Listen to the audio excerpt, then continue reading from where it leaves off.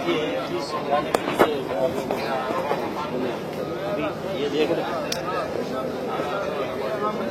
دیکھ لیں کیا ہے، یہ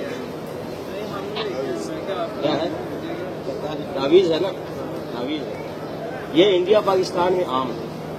اس کو لوگ کیا کہتے ہیں کہ اس میں قرآن مجید ہے، حالانکہ قرآن مجید کی آیت اس میں نہیں ہوتی عام طور سے۔ ہم نے کھول کے دیکھا ہے، قرآن کی آیت نہیں نکلی، پہلی بات۔ دوسری بات، اگر قرآن کی بھی آیت ہے تو کیا قرآن کی آیت لٹکانے سے فائدہ ہے یا قرآن کی آیت پڑھنے سے فائدہ ہے؟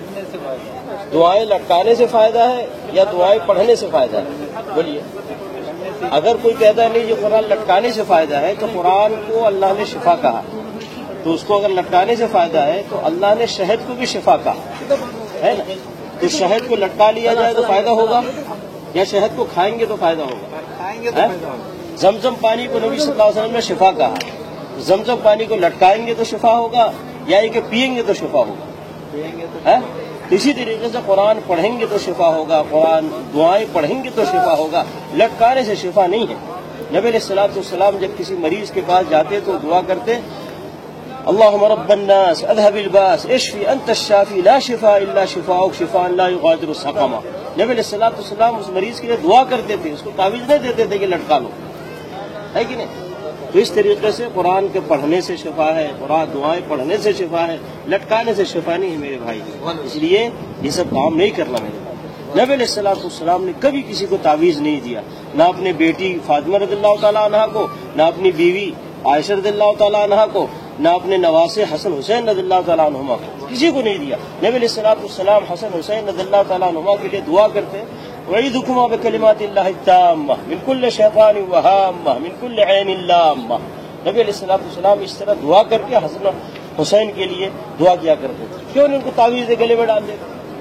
بلکہ نبی صلی اللہ علیہ وسلم منع فرمایا، کہا من تعلق تمیمۃ فقد اشرک، جس نے تعویذ لٹکایا اس نے شرک۔ تو تعویذ میرے بھائی اسلام میں نہیں ہے، دین میں نہیں ہے۔ اب اس کے بعد لٹکائیں گے، بولیے، نبی علیہ الصلوۃ والسلام کے خلاف کوئی کام کریں گے؟ نہیں کریں گے نا، نہیں کریں گے نا، کیوں نہیں بول رہے؟ یعنی نبی صلی اللہ علیہ وسلم مخالفت کریں گے، نہیں کریں گے نا، تو اس میں تعویذ بھی پہننا نبی صلی اللہ علیہ وسلم کی مخالفت ہے۔ کریں گے یہ مخالفت؟ نہیں کریں گے، سیدھی سی بات ہے۔ جو نبی صلی اللہ علیہ وسلم سے ثابت ہے وہ کریں گے، جو ثابت نہیں ہے وہ نہیں کریں گے، سیدھی سی بات۔ نبی علیہ الصلوۃ والسلام کی مخالفت کرنا کوئی اجر ہے، ثواب ہے؟ بہت بڑا گناہ ہے۔ نبی علیہ الصلوۃ والسلام کی پیروی کرنا یہ ثواب کا کام ہے، یہ نیکی کا کام ہے، سمجھ گئے میرے بھائی؟ اس لیے اگر کوئی مولوی، کوئی مفتی، کوئی حافظ قرآن اگر یہ چیز دیتا ہے تو نبی صلی اللہ علیہ وسلم کی مخالفت کرتا ہے۔ ہم نبی صلی اللہ علیہ وسلم کی مخالفت نہیں کریں گے، حافظ صاحب کی، مولانا صاحب کی، قاری صاحب کی، مفتی صاحب کی مخالفت کریں گے، کیونکہ ہم کو اللہ نے اپنے ساتھ اپنے نبی کی پیروی کا حکم دیا۔ یا ایھا الذین آمنوا اطیعوا اللہ واطیعوا الرسول، اے ایمان والو اللہ کی اطاعت کرو، اللہ کے رسول کی اطاعت کرو۔ کسی مولانا صاحب، مفتی صاحب، حافظ صاحب، قاری صاحب کی اطاعت کا حکم نہیں دیا گیا ہم کو۔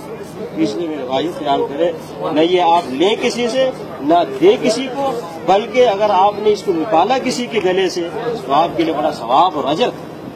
اور قرآن پڑھیں، قرآن پڑھیں، قرآن پڑھیں، قرآن پڑھنے میں شفا ہے، قرآن سمجھ کر اس پر عمل کرنے میں ہدایت ہے، اور دنیا میں عزت ہے اور آخرت میں نجات ہے۔ سمجھ گئے نا میرے بھائی؟ اس لیے خیال کریں، آج محمد صلی اللہ علیہ وسلم کی مسجد میں ہے اس وقت، آپ اسی جگہ سے نبی صلی اللہ علیہ وسلم دین سکھاتے تھے، سمجھاتے تھے صحابہ کرام کو، اور اس پہ وہ عمل کرتے تھے۔ نبی صلی اللہ علیہ وسلم فرمایا، علیکم بسنتی و سنت الخلفاء الراشدین المہدیین، لازم پکڑو میرے طریقے کو اور میرے خلفاء راشدین کے طریقے کو جو ہدایت یافتہ ہے۔ سمجھ گئے میرے بھائی؟ خیال کریں، ہم یہ پیغام دے رہے ہیں، یہ نہیں کہ ہماری بات مانو، اللہ اور اللہ کے نبی صلی اللہ علیہ وسلم کی بات مانو۔